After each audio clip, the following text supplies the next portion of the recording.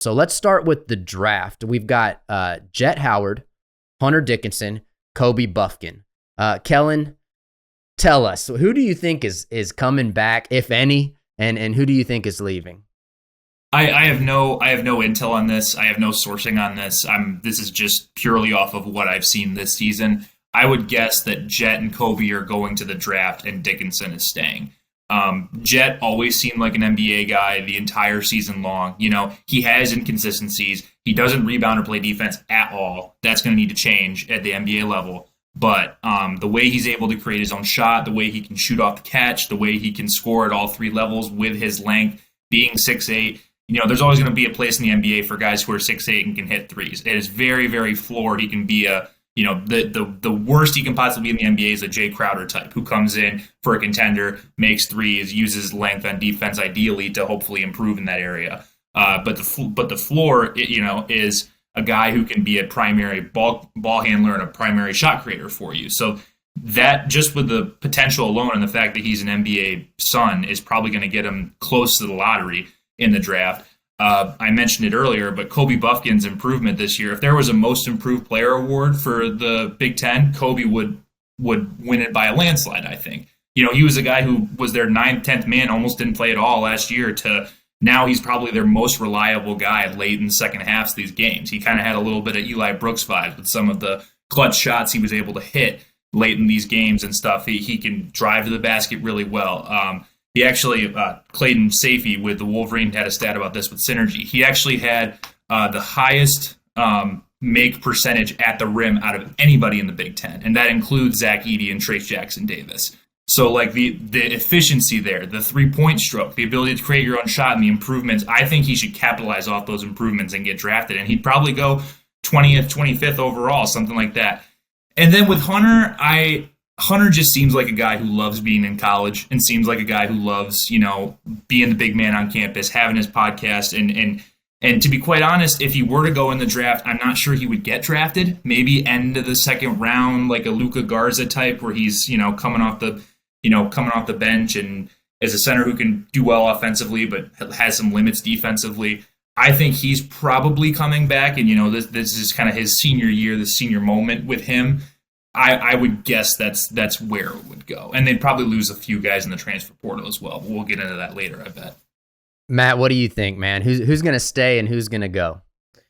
I'm kind of exactly aligned with Kellen on this. I think despite the fact that Jett could obviously use a little bit more development, I think the ceiling for that kid is just too high as far as what the NBA is looking for. I know that both him and Kobe's development over this past year are going to be pretty highly sought after in today's NBA game. And I think both of those guys are going to generate a lot of interest. And I just think that Hunter, we haven't seen enough from him as far as a difference in things that have kept him out of other previous drafts. You know what I mean? So I think that there's just still some work to do on Hunter as far as what the NBA is looking for.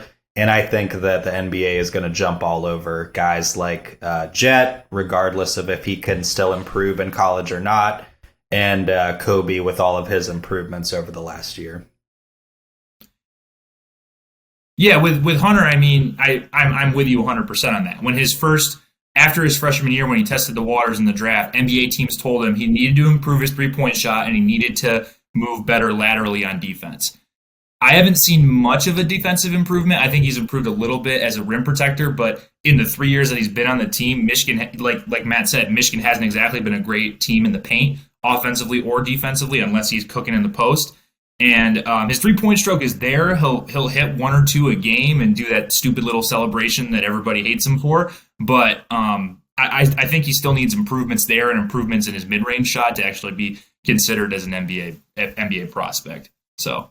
And the other thing to note with Kobe is that NBA teams are definitely paying attention to, he's the youngest guy on Michigan's roster. He's basically a freshman this year. And so to be able to make that step from last year and to see the potential of what happens if he continues to progress like this, I think he's an obvious NBA guy. So yeah, I was kind of hoping that we were going to be yelling at each other like Shannon Sharp and Skip Bayless over here, but I actually agree. Whoa. I agree exactly with both of you on who's going to stay and who's going to go. And And here's why. I mean, Hunter Dickinson, the thing that's holding him back is just that he was born in the wrong decade, right? Like if this dude was a 90s or 80s basketball player, he's a first round NBA draft pick. But the problem is the professional game is not played like it used to be, right? These guys at 7 feet tall are highly skilled perimeter players.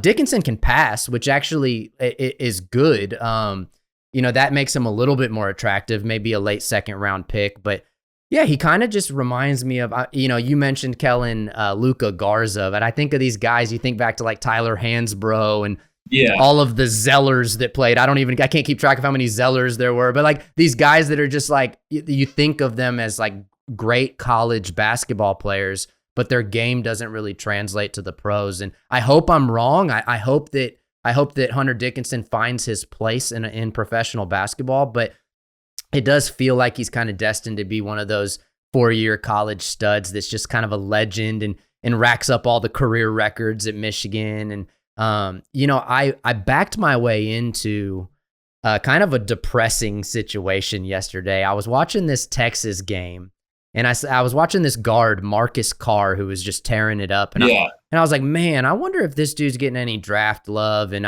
so I went to a site called NBADraft.net, and it just had some mock drafts, and they had Kobe Bufkin at 14th overall in this mock draft. And that's the highest I had seen him. And I was like, and I kid about being depressed. Of course I want Kobe to go on and have a successful career, but it's just like, as a Michigan fan, you're like, man, if he's going to be projected that high in the draft, there's no way this kid is going to stick around. And then sure enough, Jett Howard was sitting at 17. And so it's like, all right, we got these two like guys that are pushing like the lottery level of the draft.